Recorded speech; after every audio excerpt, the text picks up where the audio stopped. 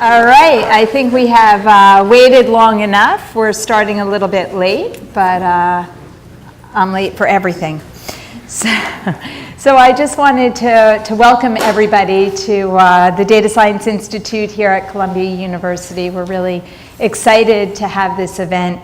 And I want to thank our sponsors, Oxford Dictionaries and Dun & Bradstreet, and all of our industry affiliates that support us. So just a little bit about the Data Science Institute, and I'm not going to talk for very long because we have great speakers, and I'm not one of them. So we have... They'll be coming later. They'll be coming later. So we have about 250 faculty from across 11 schools here at the university that are part of the Data Science Institute. And they're really here doing research and education all in data science. So that's just my 2-second blurby about the Data Science Institute. And I just wanted to say a few words about why we're here.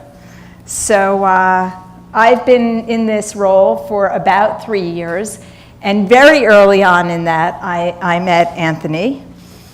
And I will say that meeting Anthony is like getting on a rocket ship that never lands. So if you know Anthony, and I'm sure you'll agree with me after you hear his presentation. So one of the things that really inspired me about meeting Anthony is when he told me about the work he had done at Dun & Bradstreet around the earthquake and tsunami in Japan. And you know, to me, Dun & Bradstreet had been, you know, you call up and you get Dunn's number. Isn't that all they do? And it was really, really fascinating to hear what they had done. And I was just preparing a little bit, and they even released a free tool to identify businesses potentially impacted by the earthquake and tsunami in Japan. And I bring it up because here at a university, part of our mission is really data science for what we call social good. And that was just an impressive set of work. And so you know, when I received a call from Anthony saying, you know, do you want to? The answer was yes. It was that simple. But, you know, it was around, you know, do you want to do this symposium, you know, around global languages and data science, and do you want to do this with Oxford Dictionary? And I'm like, oh, Oxford Dictionary, that's interesting. And then I'm preparing my notes to talk to you guys, and I was thinking about it.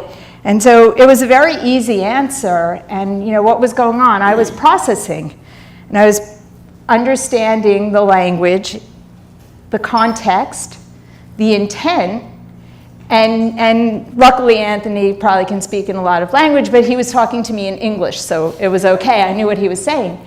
But when you think about context, intent, and language, what a great partner with Oxford Dictionary. Of course, Anthony already figured that out because he's on the rocket ship and I'm, you know, kind of trailing behind. But so that's sort of how we got here, and we're really excited, you know, to sort of spend some time exploring. We have 3 speakers around global languages and natural language processing and how that impacts businesses. So with that, I will introduce our first speaker, Anthony Scriffignano, or something like that. I don't know, not so good. Perfect. It was perfect. So I won't read this entire long, but I will tell you what is fascinating about Anthony is the places he goes and the people he meets and the people he briefs. So I'll just read a little bit. He recently briefed U.S. National Security Telecommunications Advisory Committee regarding reports to the President on big data analytics and emerging technology strategic vision. Chief data officers and the White House Office of Science and Technology Policy. I know you were in China because that was a really cool trip. Hosted by the President of China, so that's fascinating.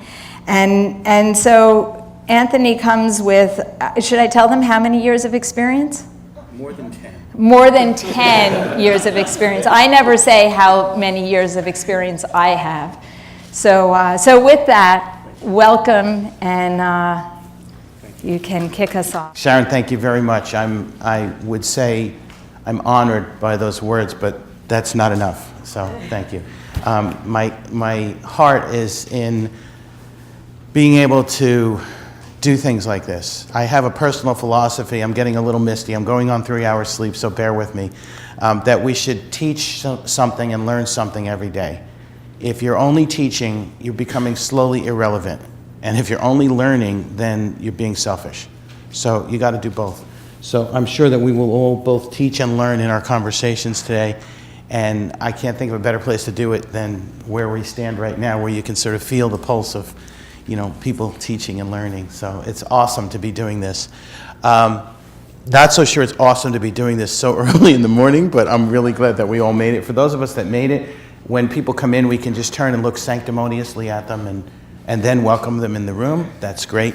I'm going to talk about a broad set of characteristics of language that impact the way that language is used in business use cases.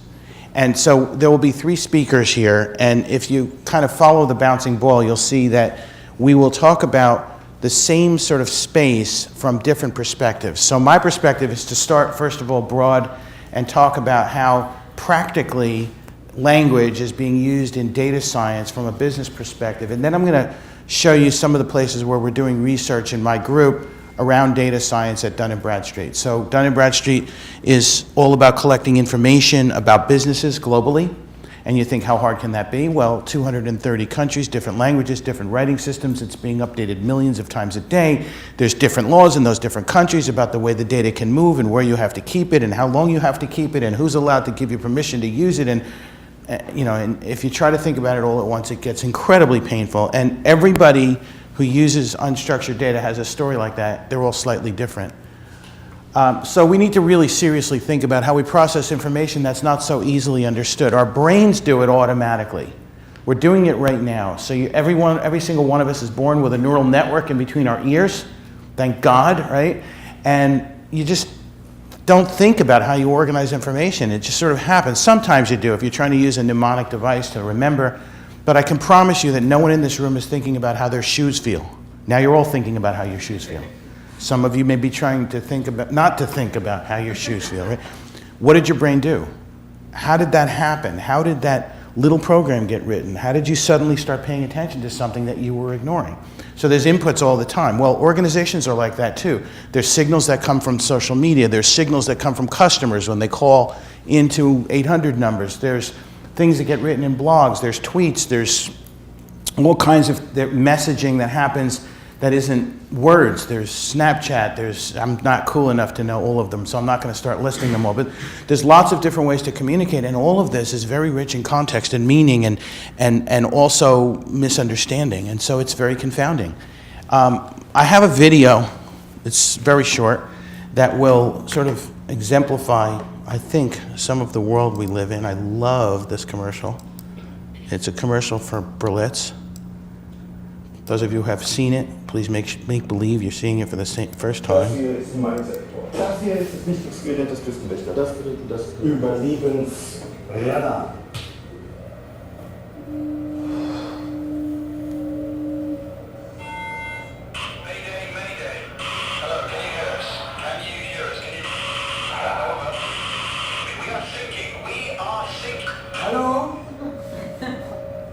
This is the German Coast Guard. We're thinking. What are you thinking about?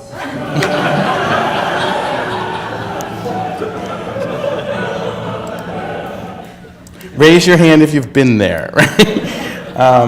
So, it's a messy world.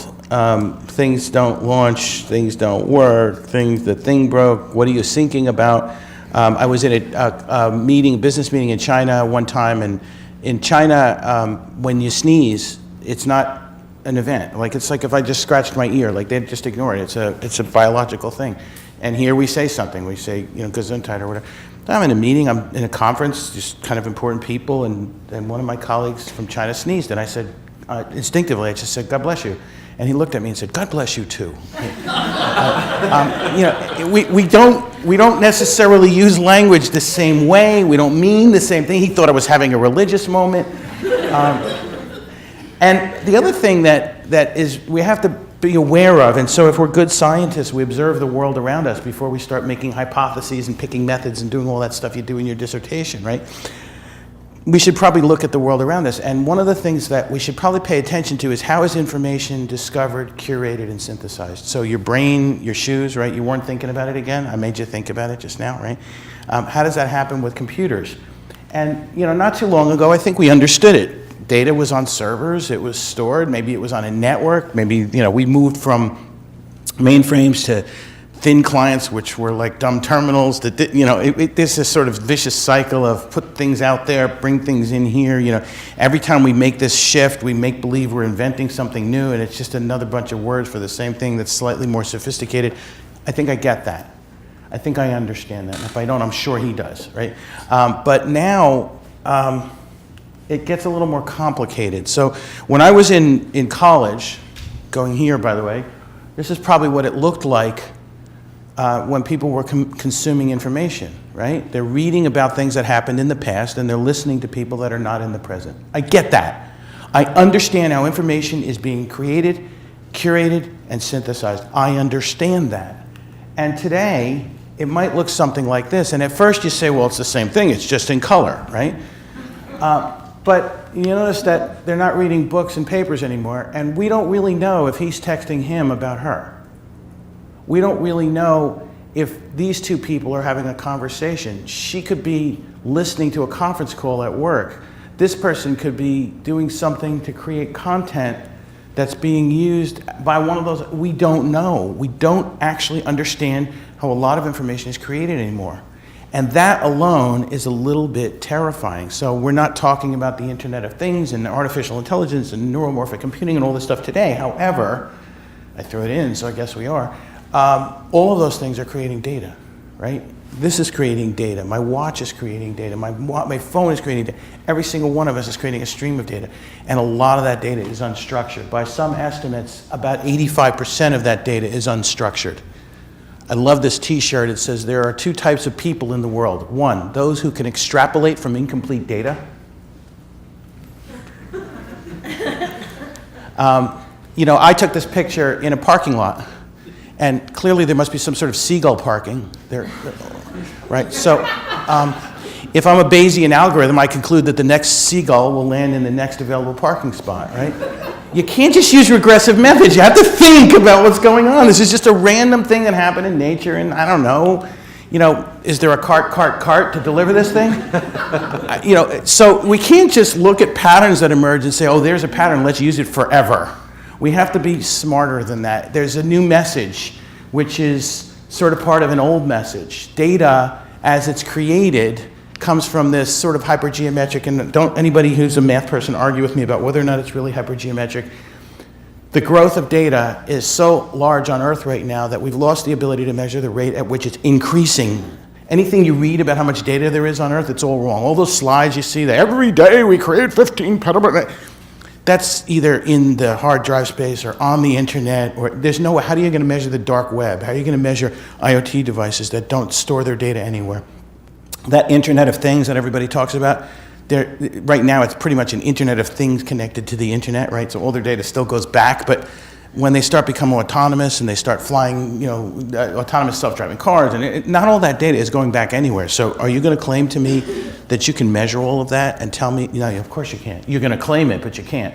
Unstructured data is particularly pernicious for two reasons. One, it's just really hard. It doesn't come with an instruction manual. Your brain can see all the brands here, and some clever algorithm could say, well, the ones that are larger spent more money to advertise, the ones that are smaller maybe spent less money. They're all advertising in the same space, so at some level they're competing with each other. There's all those different aspects that we can draw as second and third order conclusions, and then we might look at those brands and how they present themselves elsewhere, and are there times where they do and do not appear with these other brands? Are they like frenemies? That kind of thing. But a lot of that assumes we can disambiguate this, and you notice some of this is not written in Roman script, and some of it is different names for the same organization. Depending on who you listen to, between 80 and 90% of data right now that's being created at that hypergeometric rate is unstructured. So if we don't focus on language, which is an aspect of unstructured data, not all unstructured data is language, but that's the part of it that we're talking about today. If we don't focus on that, we're ignoring the vast preponderance of data that's being created on Earth. What is wrong with us? Of course we have to pay attention to this, and we do because you're here. You know, businesses, in my world, businesses are a big deal, right? Well, what do we do when the business can change its name and move, and we use the name and the address to understand what the business is? My business, Dun & Bradstreet, our business cards used to say D&B. So it would say D&B, and our headquarters is at 103 JFK Parkway in Short Hills, New Jersey. Well, D&B isn't the name of the company, it's the Dun & Bradstreet company. There's no such thing as JFK Parkway, it's John F. Kennedy Parkway. Short Hills is not really a town, it's like the hoity-toity part of Millburn, right? The only thing that was right on my business card was 103. Everything was an abstraction. So, but we take this in stride. Our algorithms don't necessarily take this in stride. This is not a word cloud I got off the internet. This is, I sat down with a word cloud building tool, and I said, when I think about data today, where's my head at? Like, where's the lion's share of my angst? What am I focusing on? And big data didn't go away, even though we're not supposed to talk about it anymore. The volume, the velocity, the veracity, the variety, the value of data, and those things overwhelming our best attempts to deal with them has not gone away. It's gotten much worse. But now we're not allowed to talk about it like that anymore because it's not cool, right? Unfortunately, to compound that problem that we never solved, now permissible use and privacy and relationships are coming in. Unstructured data, huge. Meaning, volume, intent, data governance, how we make the data, provenance, how we keep track. All of those things have now been layered on. If you come from anywhere on planet Earth, you have read about data governance issues, GDPR, the cybersecurity laws in China, the right to be forgotten, net neutrality. All of these are different versions of, I need to get me some, and you don't necessarily need to know who I am longer than you need to know to give it to me, whatever it is, right?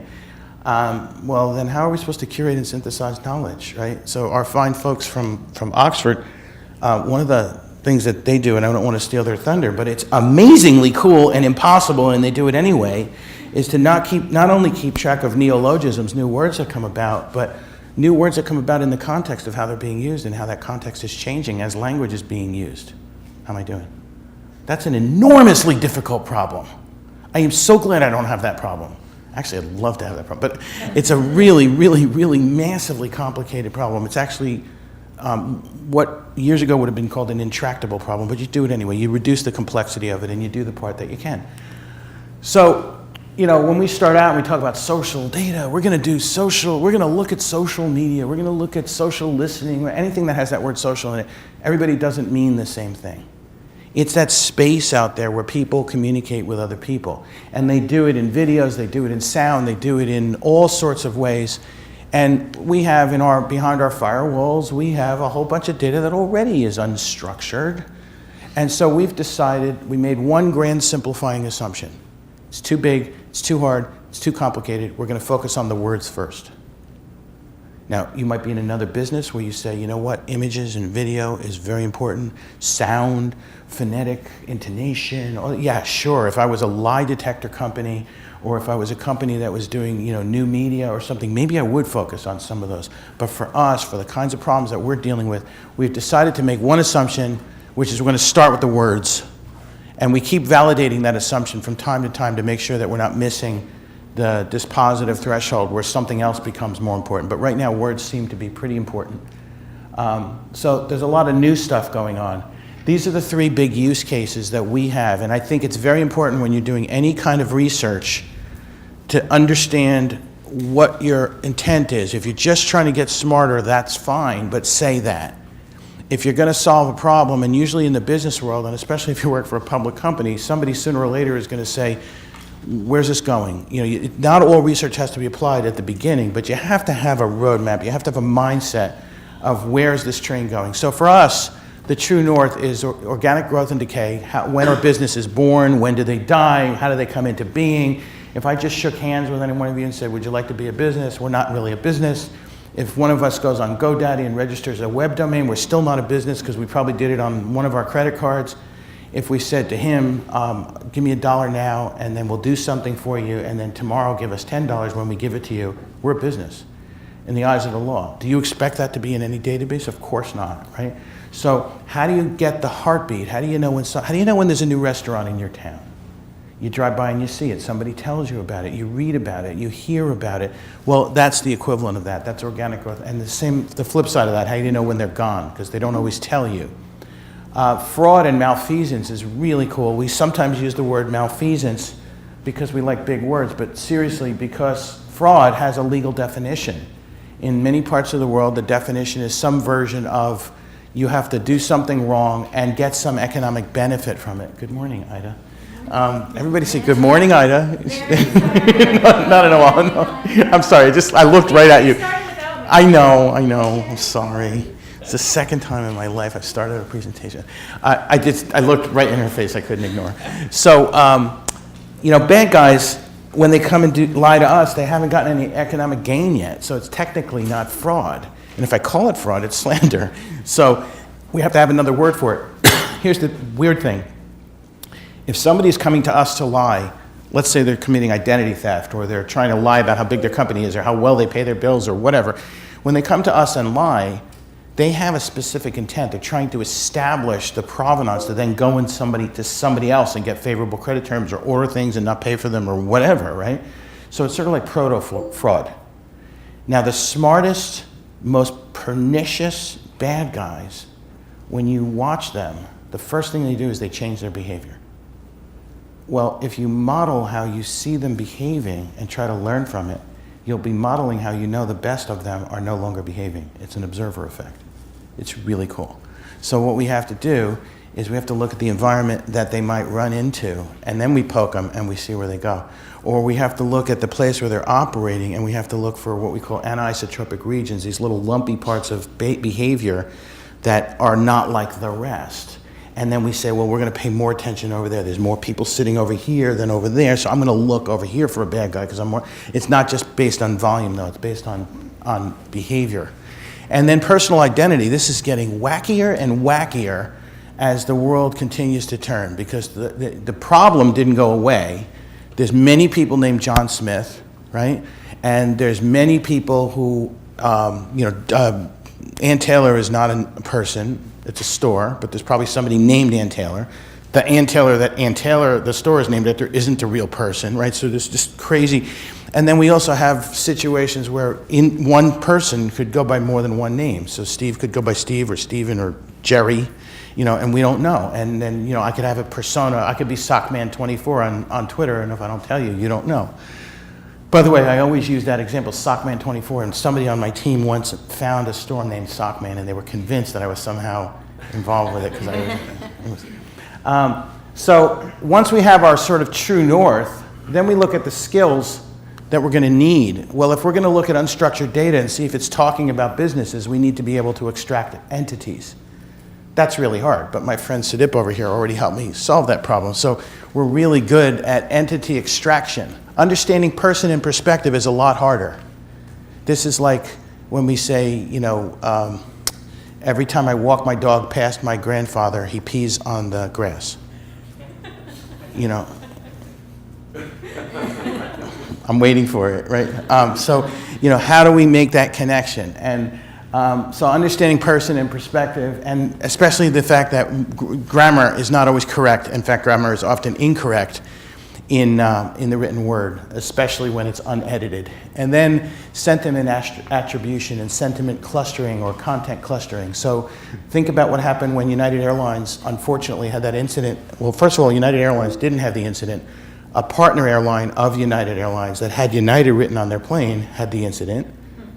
Insert painful conversation about agency, right? But then the people who dragged the poor guy off the plane wasn't even the people working for that airline. They were police who were brought in, right? The Oscar Munoz, the CEO of United, who's a pretty stand-up guy, stood up and apologized. He said, that's our name on the plane. I'm going to own this. But then when he apologized, he used this very obscure airline language. We apologize for the disaccommodation of the patient. And I speak English. I barely know what he was saying because he was trying to do it in a hurry, and that's how they talk amongst themselves. Then the issue in social media became, not only did they drag this guy off the plane, but now he's so insensitive that he can't even apologize right.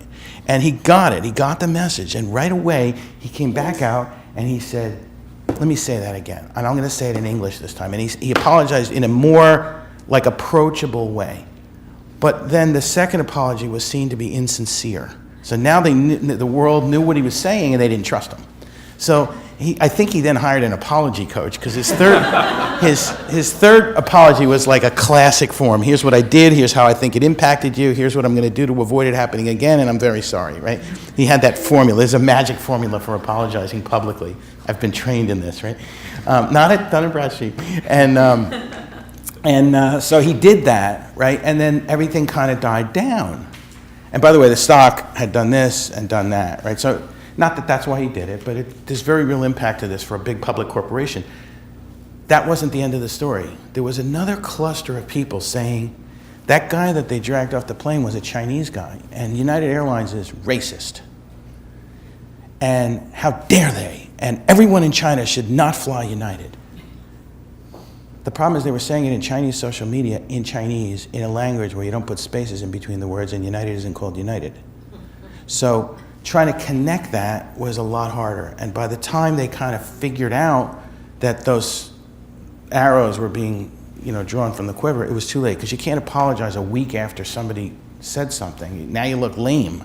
Now you're not only unsympathetic, you're clueless, right? So they kind of, as far as I can tell, did it sort of more quietly, right? You don't do a fourth big public apology. So this social listening, content clustering, what do we really mean when we say it, is a very, very big and growing issue for big companies. Apple destroys the competition. When we look at a sentence like this, we know that this is not, imagine it said something like Apple bought beets. We know that a fruit didn't buy a vegetable, right? We know that it's a company because the verb is a transitive verb, and transitive verbs require something acting on them, and that therefore an inanimate object can't act and a company can, and so it's more likely to be the company than the fruit. Got it, right? But destroys is tricky because if you just use a kind of a open source, Billy's free, sentiment attributor, and accent generator, that was funny. It would say, well, destroying is bad. Because when you destroy things, it's bad. Destroying is bad. Raise your hand if you think destroying is bad. I promise I won't set you up. Of course I'm setting you up. Nobody's raising their hand, right? Destroying, thank you. Destroying, the dictionary guy raises his hand, right? Destroying is bad if you're destroying something good, right? If you destroy a beautiful work of art. But if you destroy cancer, that's good. So destroying is the opposite of the sentiment of the thing that it destroys. If you destroy something good, it's bad. If you destroy something bad, it's good. So we have to do something a little bit more sophisticated.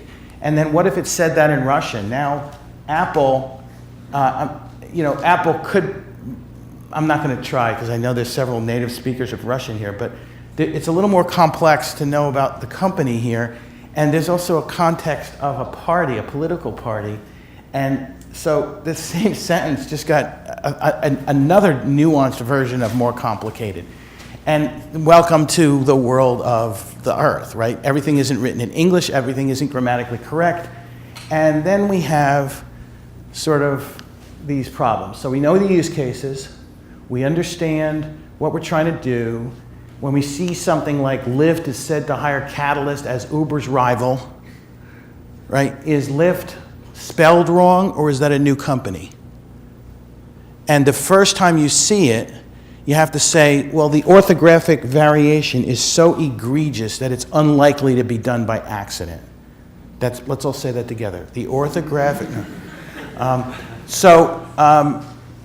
That is probably a new word. And this is what our algorithm does. It says, I haven't seen this before, but it is so far away from the thing it sounds like. So it's still phonetically similar, identical to the word lift, but it's orthographically very different. So this is either intrusion of a foreign language, This is either some other language coming into English, like when I say I had a moment of déjà vu. Déjà vu? Am I speaking French or am I speaking English?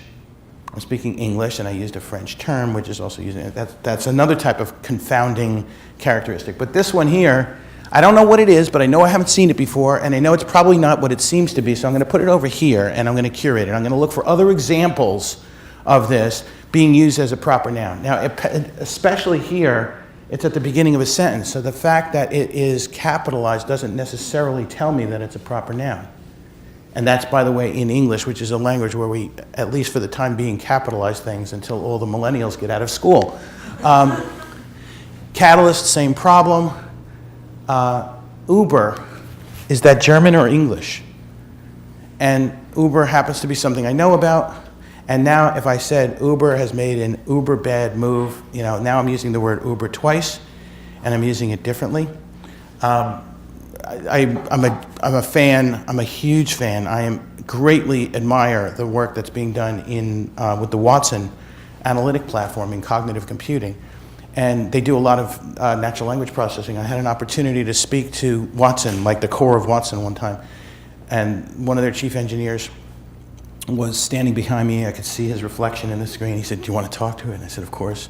I said, "You sure you want to let me talk to it?" And he said, "You just don't lie, because it's going to learn from what you do. This is kind of an uncurated, ungoverned environment that you were."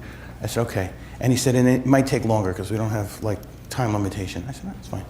I said, "What does this stack know?" Because you can't, if you ask it about, basket weaving and it doesn't know about basket weaving, it'll just kind of vamp and say, "How do you feel about basket weaving?" But so he said, "Well, this physical and natural sciences and all medicine." I said, "Okay." So I sat down and I thought, I get one question here and I got to impress this guy sitting behind me. And he's a linguist.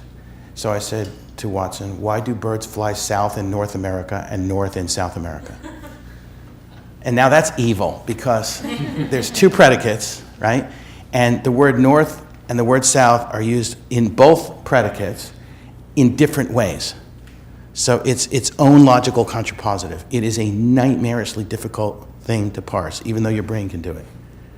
And a longer than necessary amount of time went by, and I actually saw the guy in the reflection of the screen go, right? Because he realized, and then it said migration, right? And I said, "I know what it did. It just looked at the first predicate and ignored the second part because it didn't really understand my question, right?" And he said, "Let's go over here," right? Now he said, "That's exactly what it did." And I said, "Can I ask it another question?" And he said, "Absolutely not," right? So this is the confounding characteristics of language that we're looking at: sarcasm, neologism, grammar variations, intrusion of foreign language, intentional misspellings. This is not a random list. This is exactly the ones we're looking at. So we've done a qualitative sort of clustering of all the things that we see that confound language for the use cases that we have, and these ones won, right? And we're going to do lots of work around these. So the first thing that we did was we built some tools that allow us to measure, and admittedly in a sloppy way. So we have a canonical form for sarcasm. I talked about the two different predicates that have this positively opposite sentiment. If we say Apple, British Petroleum is an excellent company, if you don't mind worrying about the environment, that kind of sarcasm. That's one kind that we can detect. If I just say nice shoes, you don't know, without context, whether that's sarcastic or not. So we built out the ability to, at least at some level empirically, measure these degrees of confoundation. I know that's not a word, but it's the word we use internally. And this is please allow me to introduce myself. I'm a man of, what is this, conversation with what is it called? Sympathy with the devil. This is that song, right? And we analyzed it. The guy who chose this text, by the way, is a guy with a brain the size of a planet, and I thought this was a great example to, let's try the hardest thing I can possibly throw at this first, but it actually worked, right? And it figured out that there was more sarcasm than there was neologism and all of these other things, and that's exactly what you would think as a human being when you read this. And then we kind of score the thing, and then because we haven't done the parametric evaluation yet of how confounding are each of these confounding characteristics in the aggregate to a particular use case, we have to do some degree of sort of scaling of those. So we do that with manual effort right now, and we come up with a conclusion about what we just read. Do that over 1 million or so articulations, lather, rinse, repeat, and you get an idea of a whole corpus of language, and then you can compare it to another corpus of language. So This is the sort of supply chain, right? We've got to discover recursively. In other words, we learn and we repeat the language that's coming into the organization. We do the entity extraction. We do some vetting and adjudication. Is it likely to be true? Are we allowed to use it? Permissible use, all that kind of stuff. And then we get into synthesis, where we insert those confounding characteristics as a qualifier of what we're doing. This is the canonical form that we're pulling it into. So we have businesses that can talk about themselves or people. We have people that can talk about other people. We have businesses that can talk about other businesses. And the 4 questions that we're trying to ask, our guiding questions, again, not approximately, exactly these 4 questions. Who's speaking, about whom, how do they feel, and in what context? We automate the response to those questions, and then we do it over a very large corpus of information, and that allows us to use it. Now, some of the other problems, like who's speaking, this is not a linguistic problem, this is an identity problem. We have to look at collections of data that may or may not be about the same person. We have to draw inference about whether you're not your name. Your name is just a set of attributes that describe you, right? So we have to collect other information. We have to be able to do that within the context of the law and the business case that's involved. Eventually, we create dynamic clusters of personics, and then we form a unique identity of a person that can be used in the context of this problem for who's speaking and how do they feel. And that could, by the way, be a business or a person. It's drawn as a person here. We can also take clusters of information. So these clusters can form, we use flocking and swarming algorithms for like a whole bunch of people named John Smith that might be consultants at IBM. So they're all going to be kind of kept together, and as you get more and more information, you can see a flock of birds being individual birds. We used to call this cluster flocking, but that was unfortunate. So now this is hyperclusters. And then there'll be data that you haven't clustered. One of these John Smiths went to jail, but we don't know which one. But you might like to know, right? Something like that. Eventually, we want to be able to use like high school math to say, you know, are there identifiable modes? Are the leaders leading the organization? Is the sentiment that's being formed, like with the United, like can we see that other mode, the China mode emerging, things like that. We're not there yet. We're pretty close, but this is the journey that we're on. And you know, it's important also whenever you do any research to understand bias. Like there's stuff we're not going to fix yet. You know, FBI hunting San Francisco man with explosives. I'm not sure who has the explosives here, right? There's a blind bishop that was appointed to the Holy See, right? A blind bishop was appointed to see.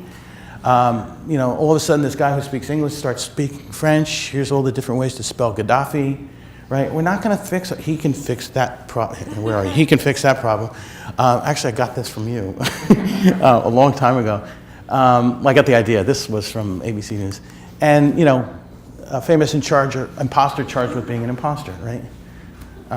It's a good story, and it's a good headline, but what does this mean? This is like, why do birds fly south in North America and North and South America? And then there's stuff that you can curate that's just wrong. And we know it's wrong, right? Here's a picture of the planet Rexicoricofallapatorius. Does anybody know this planet? Nobody knows Rexicoricofallapatorius. This is from Doctor Who, right? So this is from the Doctor Who. Somebody's laughing. You knew it, right? They're laughing, right? Here's the astronomical data, the geography. If you scroll down, it tells you about the people that live there and the political systems, and it's all made up. But, you know, on the internet, nobody knows you're a dog. Like, just because you pull it in doesn't make it true. So we have to have veracity adjudication. This was a very poorly worded headline that, you know, says missing plane found, and then it talks about an update of Malaysia MH370. That question mark is very important because the missing plane wasn't found. This does not say that the missing plane was found. It's questioning whether or not the missing plane was found. The most important thing in that entire articulation is that question mark. What if you missed it? And then in the rest of the world, I have no idea. We're going to the bottom of the hour? Is that Yeah. ish? We started about 10 minutes late, so you can have another 5 minutes. Okay, nobody look at your watch to know that I'm going to take more or less. So this is the path, and it says caution, rough path ahead, right? There's some big problems out there that we still have to solve. I don't know if you ever noticed in the Beijing Olympics, which was awesome, opening ceremony. Normally the parade of nations is in alphabetical order, right? So you get Australia and Argentina come before Zaire, and well, in China, it seemed like they were in random order. They didn't come out in alphabetical order. They actually did, but they don't have an alphabet in China. They came out in stroke order. So the countries that had more complex counts of strokes were further in the alphabet. So the way we would alphabetize them using our Roman alphabet, which is just an arbitrary way that we write in this part of the world, is no more or less arbitrary. I would actually argue more arbitrary than the way they write in China, because they've been doing it longer. So they organized it the way they did, and it was a really clever way of saying, you're not the only people in the world, and there's other ways to write things. Brilliant, absolutely brilliant. Most people missed it, but it was brilliant, brilliant, brilliant, brilliant, brilliant. And here's something from our IP. So this is a company name. I see several people, I'm not stereotyping. Raise your hand if you speak Chinese. One person? 2 people. So please keep me honest. Okay, do you know this company? Don't say it. Do you know what company this is? Don't say the name. Remember that part where I said don't say it, right? Do you know the name of the company? Okay, so I'm going to talk through what our algorithms do to solve this problem. It's not as easy as your brain just made it, right? So first of all, we don't know how many words there are here because Chinese is not written in sound, it's written in concept, right? So there's no spaces in between the words because this concept of a word is somewhat arbitrary. And so you have to do this disambiguation just to understand where the concepts are. Anybody who can read any Asian language knows that this is what would happen if you went into Google Translate. You get the individual characters. That's very helpful, right? This is the Three Water Chestnut Center Kingdom Company, right? That's what it is, right? That doesn't help me a whole lot, but everybody knows that says China. This is sort of like saying Big Apple, right? Okay, great. This is a company in China. What company? The Three Water Chestnut Company. Awesome. Maybe it's being used phonetically, right? My company, Dun & Bradstreet, when we do business in China, we're Dungbeishi. It sounds a little bit like Dun & Bradstreet, and it doesn't mean like water treatment plant. It means something, unrecognizable, and so when you see it, you know it's a name. Maybe that's what this is, right? So we look for it. Now there's a phonetic palette between Chinese and English, right? So we have to look for Sanling, Sanying, and Chinese is not a language, there's all different dialects. There's thousands of phonetic variations that come from that supposition. They're all wrong. So then we say, all right, well, maybe it's being used conceptually, right? This could be 3 water chestnuts, or it can also be 3 of these things. And that thing has a geometric meaning. So this always means 3. By the way, 4 doesn't look like 4 lines. This can mean many different things.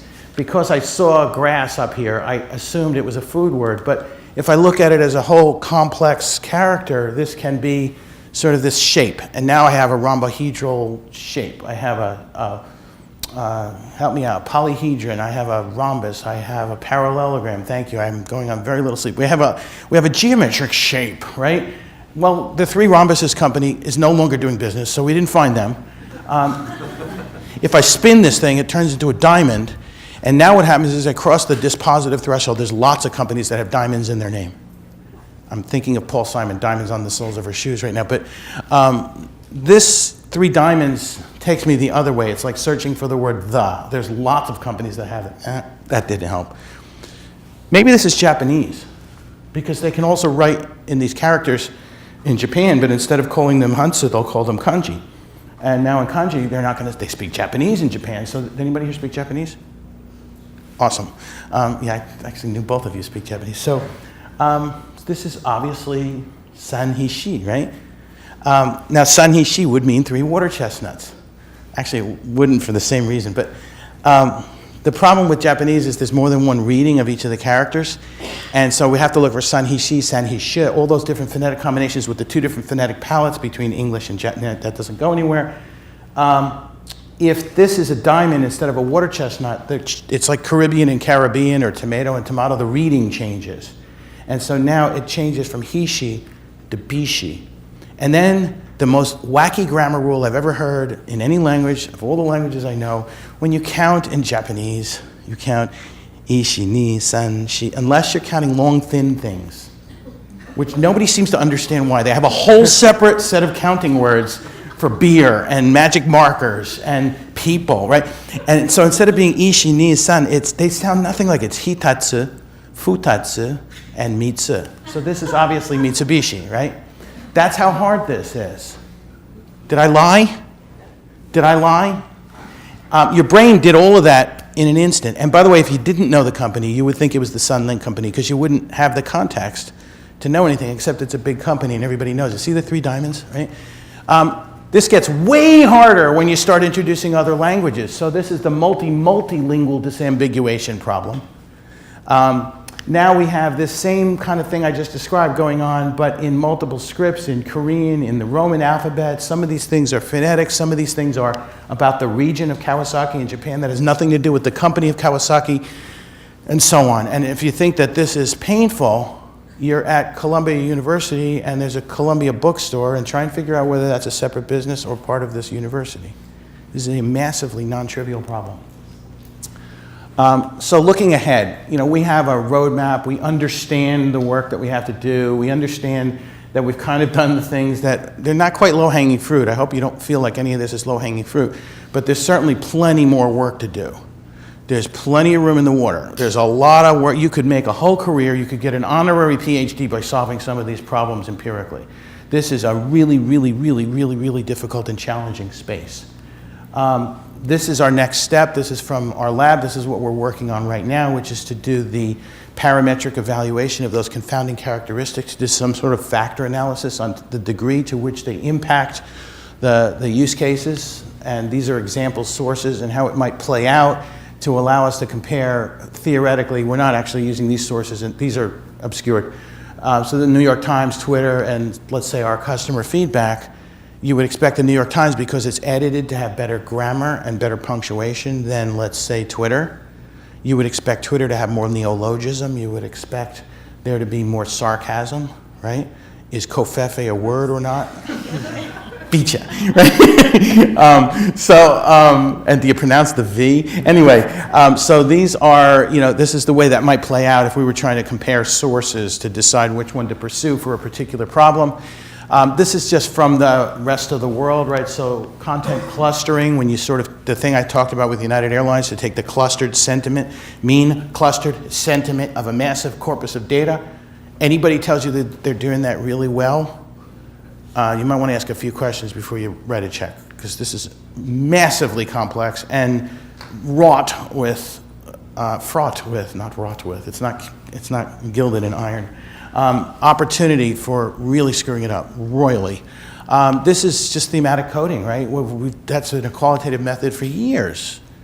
Well, what happens when you start to automate the cousin of thematic coding to allow those codes and those nodes that you create by hand with magic markers or in vivo or something? What happens when you write code to do that and you do it over a massive collection of data, heuristically consistent, because you had a bunch of people do it and you had a bunch of algorithms do it?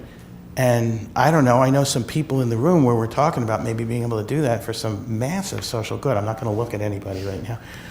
Get this right, and you could really help people that really need help. So I have this is from my briefing for the NSTAC committee on disruptive future technologies. And when I was talking about language, I had this watch this space page. This is what I would pay attention to if I were in this field of research. Inter and intra-language correlation, that's what we just got done talking about. By the way, I said it in the weird way and then in English for all of these. But emerging meta-language is a very big deal right now. Intra-language transformations, please don't translate, please don't translate, please don't translate unless you absolutely have to, because every time you translate, you lose meaning. And if you think it's hard when you're not losing the meaning, imagine what happens when you keep translating. That's the, what are you thinking about, right? Just to bring this home, we can ask some really big questions if we can just use a little bit of different math, and if we can just suspend all the I can stop you people and all the this is really hard people and all the people that say this is good enough. The two speakers that you're going to hear from next are doing amazing things in this field. And I'm sure that they both started with somebody telling them why they shouldn't do it because there's something else you should be doing, right? Well, thank God you didn't listen, right? This is a very important space. If we don't get this right, we're ignoring more than 80% of the data we're creating as a human race, and it's doubling at a rate we can't measure anymore. And this will become the era where we start to lose control of our data and things don't get better for the next generation, they get way worse. So thank you very much for paying attention.